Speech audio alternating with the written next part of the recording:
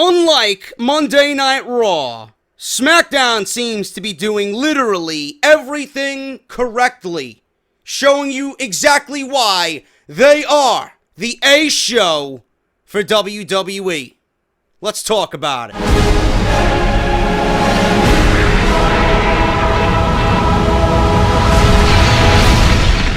Unlike last night, there will be no pillows sitting in my seat wearing my Atlanta Braves hat tonight. Sorry to disappoint you fucking goons out there, but tonight, I can honestly say, and this is for a main roster show, believe it or not, this is for a main roster show, SmackDown was fucking awesome tonight. I have absolutely no complaints about what we've seen with SmackDown tonight. SmackDown is proving to you, like I mentioned last week, and like I mentioned on Monday Night Raw, SmackDown is making the most of their situation with as little as possible. Go figure. Everybody complains SmackDown got the fucking Raw end of the deal. They got fucking shafted. They got fucking screwed with the WWE draft. Look at who's coming out on top each and every fucking week. I don't know what's going on behind the curtain, but I want to shake, personally, whoever's hand it is who's in charge of these SmackDown shows. They flow beautifully, man. Beautifully. Like a fucking chocolate cake coming out of the oven and the aroma filling your fucking house. It's beautiful, man. It's fucking delicious. I love it. Everything about SmackDown tonight flowed beautifully. They have logic. More importantly, they have fucking direction. Now, granted, it might not be long-term, but at least they know where they want to go as far as No Mercy is concerned. Monday Night Raw, they think they have a direction, but then they move to the left, they move to the right, they go over here, they go over there, they go down there where your fucking sister was 2 nights ago. Shitty, mind you. And that's exactly what Monday Night Raw is. It's a fucking shitty blowjob each and every fucking Monday. I can't take it. I can't take it, bro. Raw's awful. Raw's awful. And this is coming from a WWE fan of 30 years. 30 years almost. A WWE fan. And I'm saying it to you directly. And for the fucking goons out there who continuously say, every time I do a Monday Night Raw, and I quote, "Oh, JD, why are you so negative, man?" I'm not going to be negative on this night. You know, JD won't be negative if he gets good wrestling. Monday Night Raw doesn't present good wrestling. SmackDown is presenting what we want to see as far as a wrestling show goes. They're the A show. SmackDown is the A show. Bar none, they are the A show. Don't give a fuck if you are pro-Raw. Don't care. Face the facts, like Mr. Kurt Hawkins says. Face the fucking facts, bro. SmackDown is superior to Monday Night Raw. And well, if you don't like what I'm telling you, you can go down and do what your sister did, but only better. Please. Please enlighten me. Why was Monday Night Raw better than SmackDown this week for the fucking cancer that was in my comment section yesterday? I would love to know. SmackDown is the A show, no question. I am legit pumped for No Mercy. I really am, man. They have direction. They know where they want to go. They have situations occurring that are going to get the people invested in what they are going to present at No Mercy. Take Miz and Dolph Ziggler, for example, man, which we will go over that when the time comes in the review, but that one stipulation that they added tonight does so much positive, not only for their feud, but for Miz and Ziggler, and more importantly, the Intercontinental Championship. Brilliant, brilliant, brilliant stuff there. This is the best work that Miz and Dolph Ziggler have showcased in years. And that's fucking awesome to see, man. We'll talk about that as we get on into the review. Look at Cena, look at Ambrose, and look at AJ Styles, man. AJ Styles is playing the cocky dick the WWE champion, thinking he is the best in the world, and he really is. And now he's taking that attitude and pretty much applying that to everybody in the WWE. He is the best in the WWE. He is the man that runs the fucking place. Seriously. He's the champ that runs the camp, right? And those things might sound cheesy, but it all applies to the truth when it comes to AJ Styles.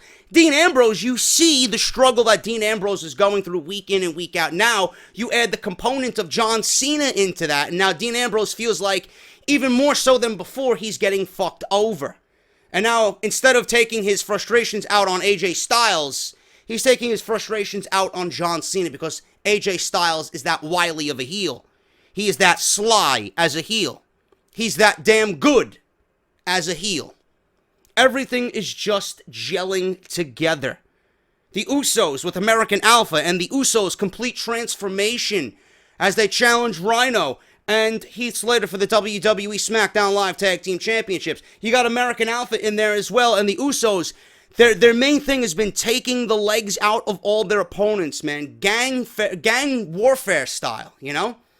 Fucking shot blocking everybody. Tequila Sunrise and guys left and right just taking the legs out of their opponents. Their transformation is complete.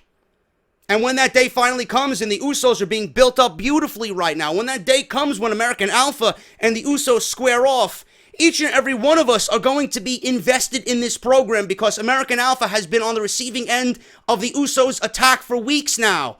The Usos are looking more dominant and dominant each and every week. Do you understand that when we get to that point and American Alpha is on the verge of winning the tag team championships, we all collectively as fans will be invested because of the storyline that is slow building on SmackDown right now?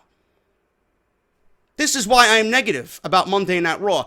Everything that I just told you is not happening on Monday Night Raw. And go figure, Monday Night Raw has the star power. Jericho, Owens, Rollins, Reigns, Bayley, Sasha, Charlotte. Look at all the talent they got over there. Look at the fucking use of their time on Monday Night Raw. They're not making use of anybody. You have 3 hours, and you're not making new stars. Meanwhile, SmackDown has 1 hour less, and you're making everybody look great. Monday Night Raw has 3 hours. You think they do something to fucking hype up the cruiserweights instead of fucking sucking Roman Reigns' cock for 30 minutes to open the show? No, the cruiserweights go out there at 10:30, 9:30 last night, and they're fucking chanting for Harambe in Cincinnati. They're chanting for CM Punk during the fucking Cruiserweight Championship match. This is how many people have become desensitized to Monday Night Raw. And look at the way they ended the show. It's as if Monday Night Raw and the people who fucking wrote the show gave zero shits whatsoever. They're not creating new stars. They have no women's division. They have no tag team division. They have absolutely no main event scene on Monday Night Raw. What good are they? What good are they? They want to take all the fucking draft picks and leave SmackDown barren, and SmackDown, coincidentally, has become the A show. I don't think WWE intended that to happen, but then again, you got Vince McMahon and Kevin Dunn on Monday Night Raw. Who do you got on SmackDown? Shane, who's younger, brighter, and more intelligent, and you got Ryan Ward coming over from NXT, writing this show, right? Goes to show you what good creative writing, good storytelling, logic, direction does for a wrestling program. Monday Night Raw is all about entertainment. SmackDown, how many times did we see Shane McMahon tonight? How many times did we see Daniel Bryan tonight? Zero. How many times did we see Mick Foley and Stephanie McMahon? Well, I can't count. I don't have enough fingers on my fucking hands to count how many times we see Stephanie McMahon and Mick Foley last night. Give me a break. Give me a break. If these are the things that are important to us, why aren't we getting it on Monday Night Raw? This is what most of you are not seeing. This is why I am here. To give you guys the truth. To give you guys the reason why SmackDown is the A show. Plain and simple. Great fucking show. I got not one negative thing to say about what we've seen tonight. I am legit pumped and hyped for No Mercy, man. kudos to Monday Night, not, Jesus Christ, I wish I could say that, man. Kudos to SmackDown, I'm sorry. I almost committed a fucking blasphemous sin praising Monday Night Raw. I will do no such thing. You will know when Monday Night Raw is good. And they have not been since the debut episode following the draft. Other than that, Monday Night Raw has put on progressively worse shows. And go figure, the one thing I mentioned about coming out of that Monday Night Raw where Finn Balor won the right to fight Seth Rollins at SummerSlam. I mentioned it clear as day.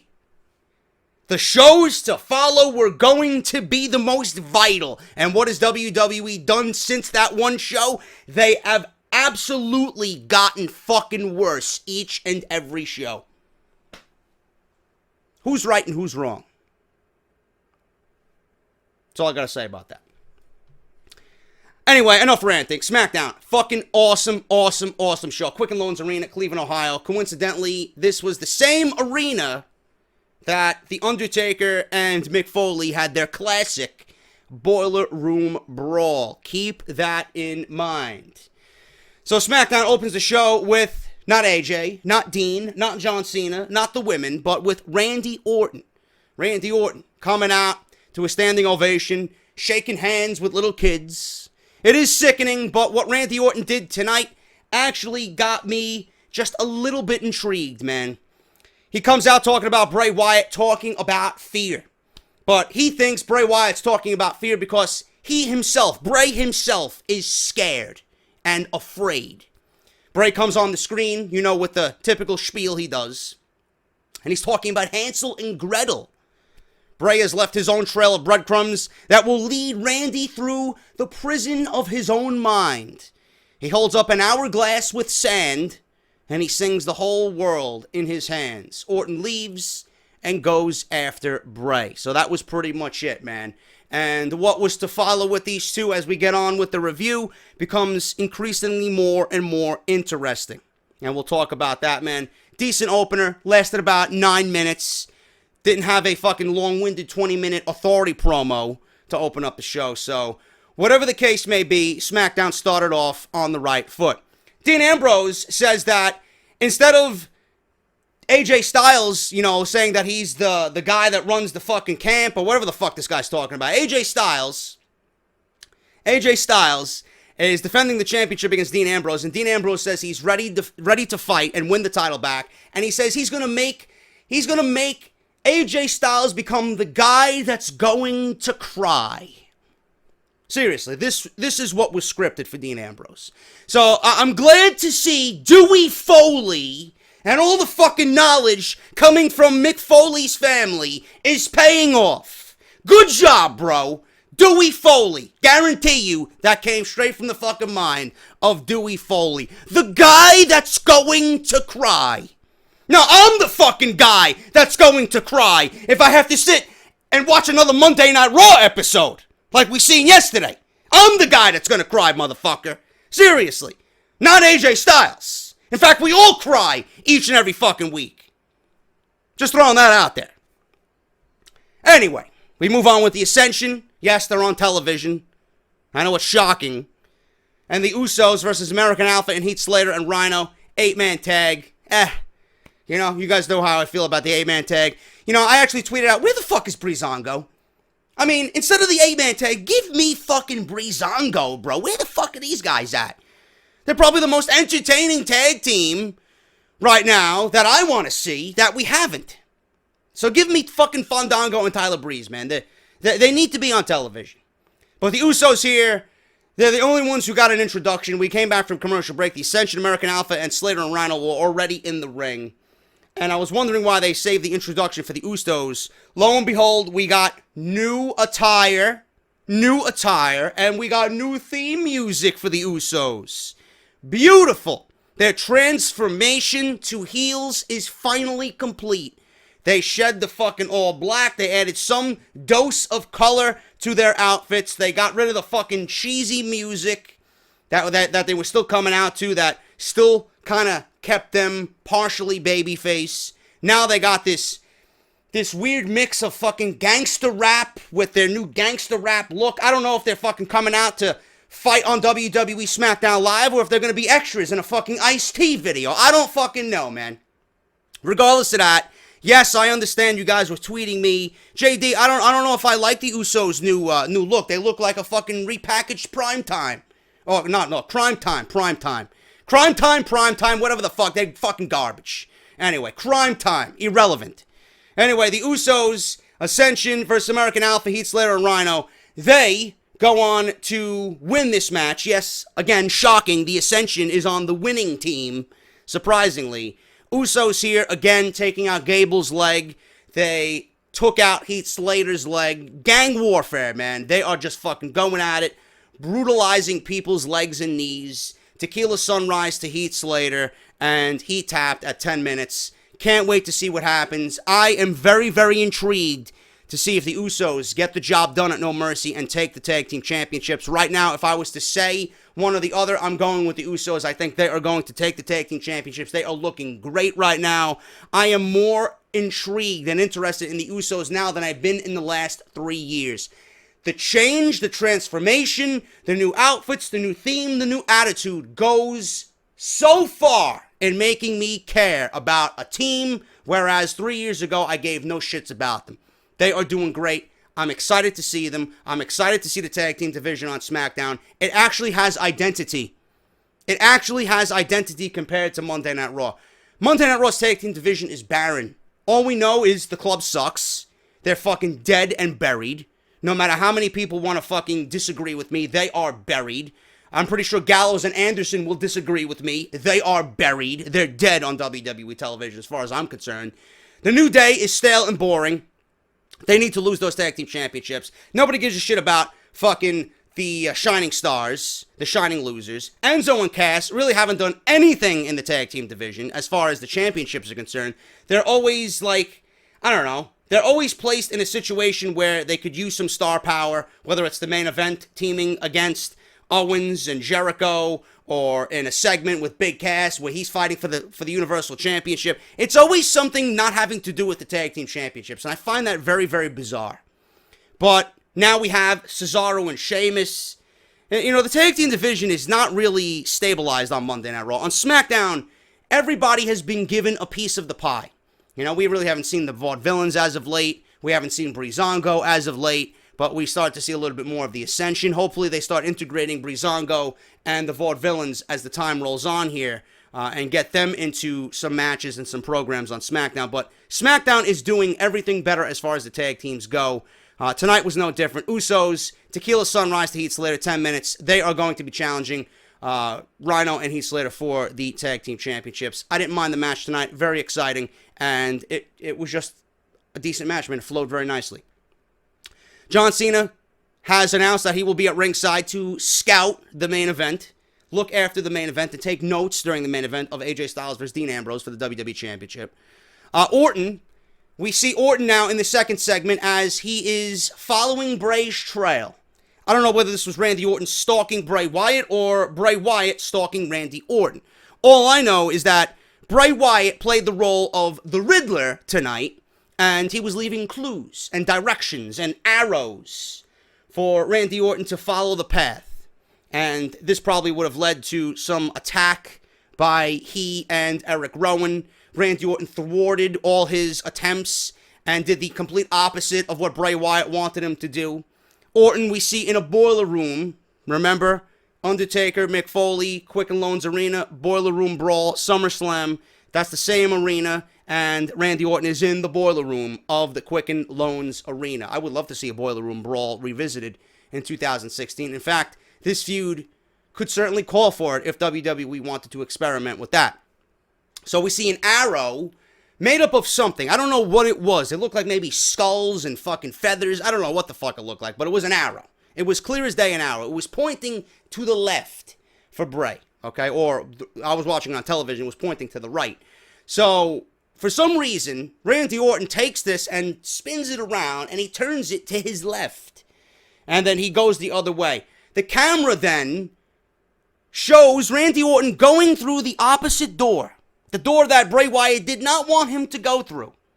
And then the camera pans over back to the right, and the arrow is moved to its original position And Eric Rowan is standing there with his sheet mask, with his head tilted to the left. So, that was pretty much that. And then they go away. And this is more to come with Randy Orton and Bray Wyatt. So, we go on to Carmella and Natalya versus Nikki Bella and Naomi. Really nothing here, man. I'm glad that the women got some time to shine. It looks like we might be getting a Nikki Bella versus Carmella match at No Mercy, which I would not be against, because it is setting up for logic. Obviously, these two women have been feuding. They are headed in that direction. Obviously, we need to see some of this boil over into the pay-per-view. Nikki needs to get some type of revenge because Carmella has been getting the better of Nikki Bella for weeks now. So it would make sense if Nikki Bella and Carmella have a one-on-one match at No Mercy, and then they continue the feud from there. But it's a nice little mini feud. Again, something that Monday Night Raw is not doing. We have the women who are challenging for the SmackDown Live Championship, Women's Championship. We got Becky Lynch, the champion, and we got Alexa Bliss, who is the challenger. Becky's the champion. So they got their own thing going on over there. On Monday Night Raw, that's all we have. We have whatever's happening with the championship, and everybody else is pretty much thrown to the wayside. On SmackDown, you got your championship going on, your championship dilemma and situation, but you also have the other women feuding at the same time for whatever reason, in little mini feuds, and they got direction going on week after week. And they don't have anything directly to do with the Women's Championship right now, but SmackDown, again, utilizing what they have and all the talent they have on a 2-hour show where Monday Night Raw is not doing these little things. They're not doing these little things. Everything we see is about the Women's Championship and nothing else. If there's nobody participating in the main event for the Women's Championship on Raw, you will not be showcased because you are deemed not important. Meanwhile, on SmackDown, everybody is getting a chance to shine. And that's what I like. That's what I appreciate. So here, Carmella, Natalya win. We had a brutal pin here by Carmella. She rolled up Nikki in some type of weird roll-up. Man, it was not a traditional roll-up. She pretty much rolled through the roll-up to the point where Nikki was never going to kick out of this thing. It was just a brutal roll-up, man. Roll-up to Bella. 10 minutes and 5 seconds. Again, Carmella gets the better of Nikki Bella, and their feud, this mini feud, continues. More Randy Orton and Bray Wyatt. Randy Orton now finds a message saying that there's only one way out. And then there's something written on the wall, and then there's something written on the door. I believe the door said, "I am a god," which he's not. And he opens that door first.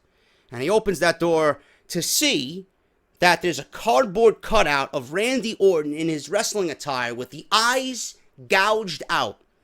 So he then closes the door and he moves on to the other message, which says "Predator or Prey reveals."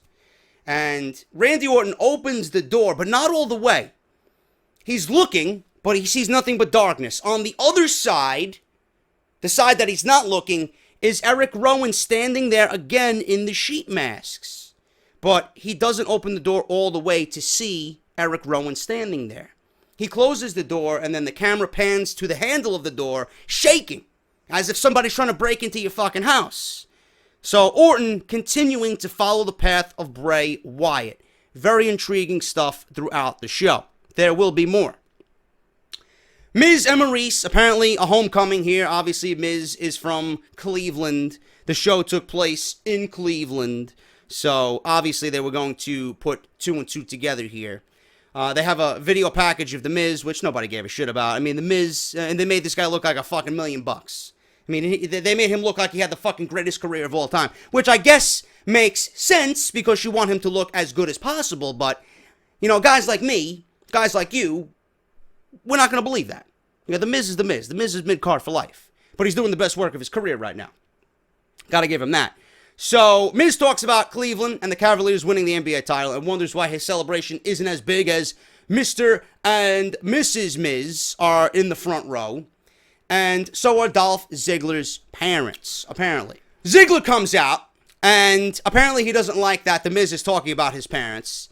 He goes into the ring. Miz starts laughing at Ziggler for failing again. Dolph brings up The Miz cheating, which he has, but, you know, you really can't blame him. The Miz is a heel, and, you know, the heels cheat. So, Dolph brings up The Miz cheating. Miz interprets this as yet another excuse, a laundry list of excuses on Ziggler's behalf. Miz says Ziggler has nothing left to offer for another shot and leaves. But Ziggler, who calls Miz by his first name, Mike, so you knew shit was about to get real, he wants Mike to come back to the ring again.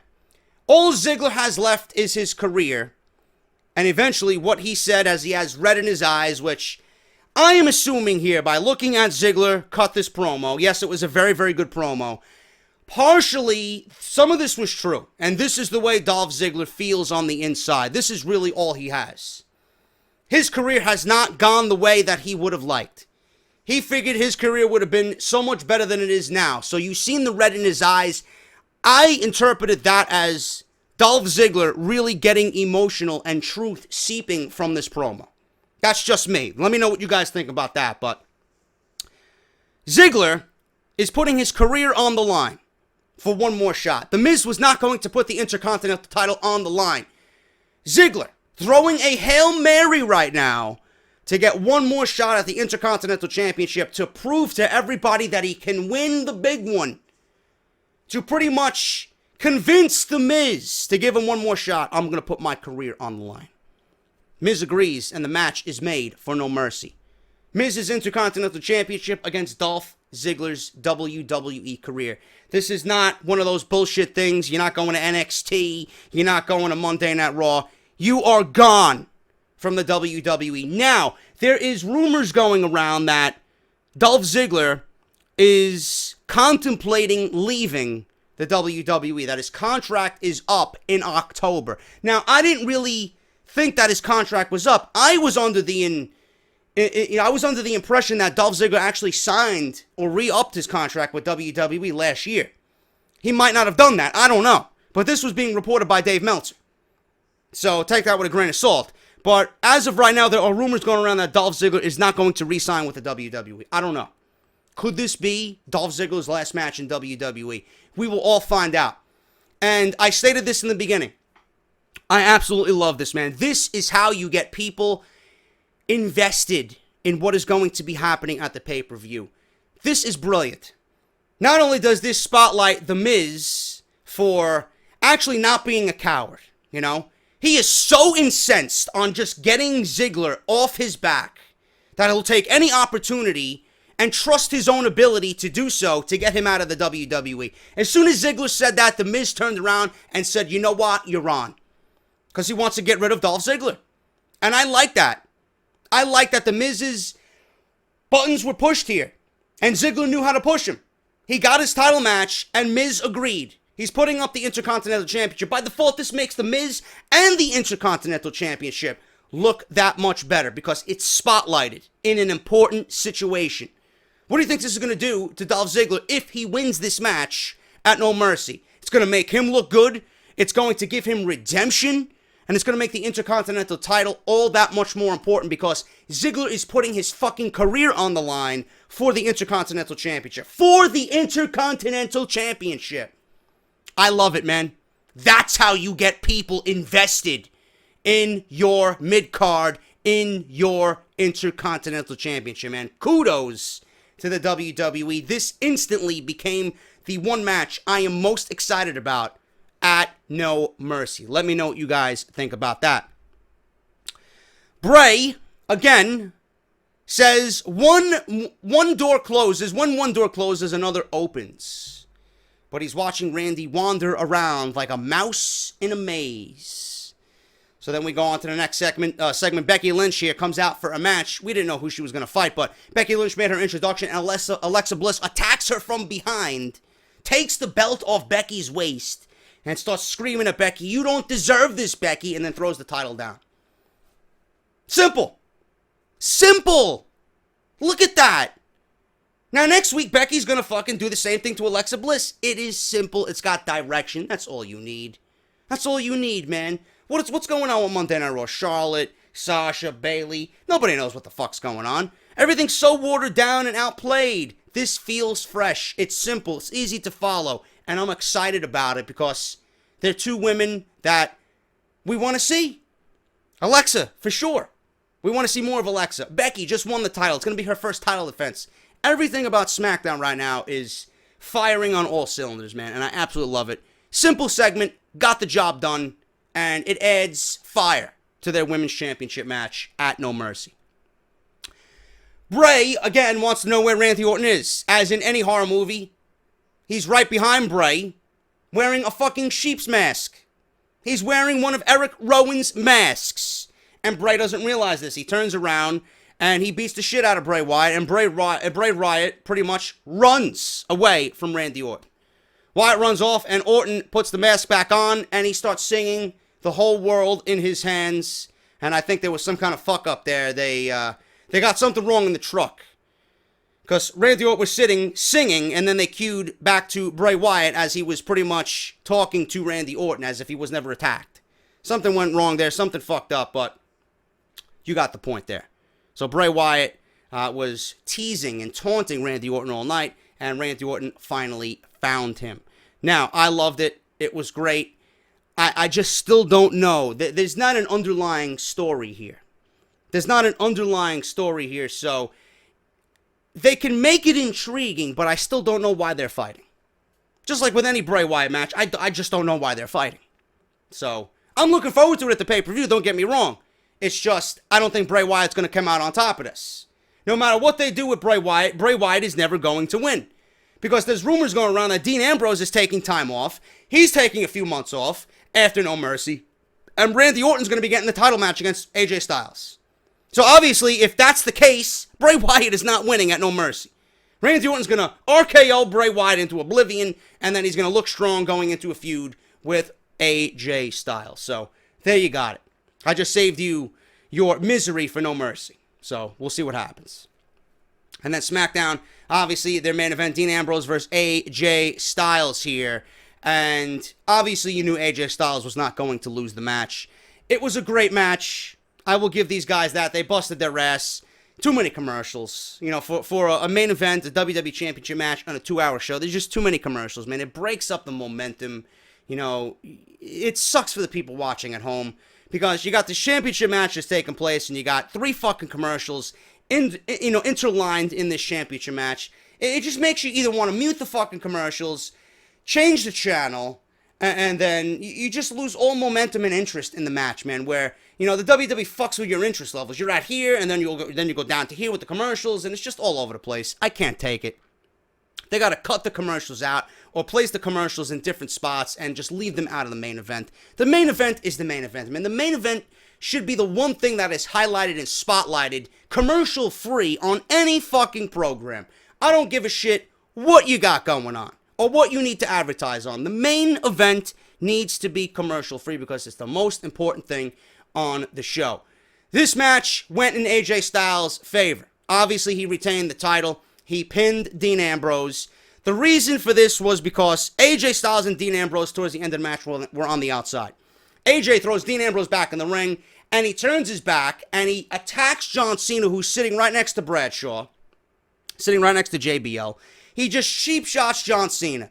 He gets in the ring to attend back to Dean Ambrose. John Cena's fucking pissed off. He gets on the apron.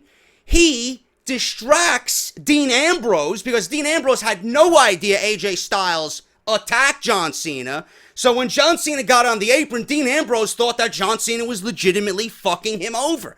And John Cena cost Dean Ambrose the match. He got pinned by AJ Styles and he lost his championship opportunity. AJ Styles retains the WWE Championship. At the end of the match, there's some scuffle between Cena and Dean Ambrose. They start shoving each other. John Cena's like, hit me, motherfucker. Dean Ambrose continues to shove John Cena. AJ Styles comes in, you know, and they both eat AAs. Dean Ambrose eats an AA. AJ Styles eats an AA. John Cena ends the show. They close the show with the image of John Cena winning. John Cena holding the WWE Championship up in the air, saying the champ is here. And John Cena is not going to be winning the WWE Championship, at least not yet. AJ Styles is going to retain the title at No Mercy by however means he has to. John Cena is going away for the remainder of the year. He's going to be filming reality television for Fox, American Grit. Dean Ambrose might be going away. I don't see how that's going to do SmackDown any good if they're losing their top 2 superstars in John Cena and Dean Ambrose, but This will set up Randy Orton versus AJ Styles, something that I think a lot of us will be intrigued about because Randy Orton can definitely bring a lot out of AJ Styles, and I think AJ Styles is going to make Randy Orton really fucking sweat, and we're going to see a Randy Orton that we haven't seen before in years because that's how good AJ Styles is. But John Cena closed the show. They are definitely dropping the hint that John Cena is going after the 16-time World Championship record. It will happen. It's not happening at No Mercy. They probably will save it for either the Royal Rumble or WrestleMania 33. However WWE wants to handle this. We don't know what they want for WrestleMania yet. It certainly seems like a WrestleMania moment. But obviously, Cena will be the one to take that title off of AJ Styles. They are dropping way too many hints. You know it's coming. And right now, AJ Styles is the man on SmackDown. He's the man in WWE. And tonight, SmackDown showed you exactly why that they are the A show for WWE, man. Absolutely great show tonight. And I hope they continue this success. I'm very much looking forward to SmackDown each and every week, man. SmackDown has been can't miss as of late. Can't say the same about Monday Night Raw. That's your review, guys. Thank you so much. I did upload a video earlier today. Chris Danger versus 9 to 5. Best of 7 series on WWE 2K16. Match number 2. Match number 1 was an Iron Man match. Match number 2 was a Falls Count Anywhere match. I uploaded that tonight at 6:30. Make sure you guys go check that out. Show it some love. I'll leave you guys a link in the comment section down below. It'll also be in the description as well. Go show it some love, man. Watch it. Great. It's me on commentary, calling the action like I would. Hit that thumbs up on the video and show it some love. I will be back tomorrow for NXT and Lucha Underground review right here on YouTube.com. If you enjoyed the video, hit this thumbs up. And I will see you all Wednesday for Lucha Underground. I'm JD, and I'll talk to you guys later.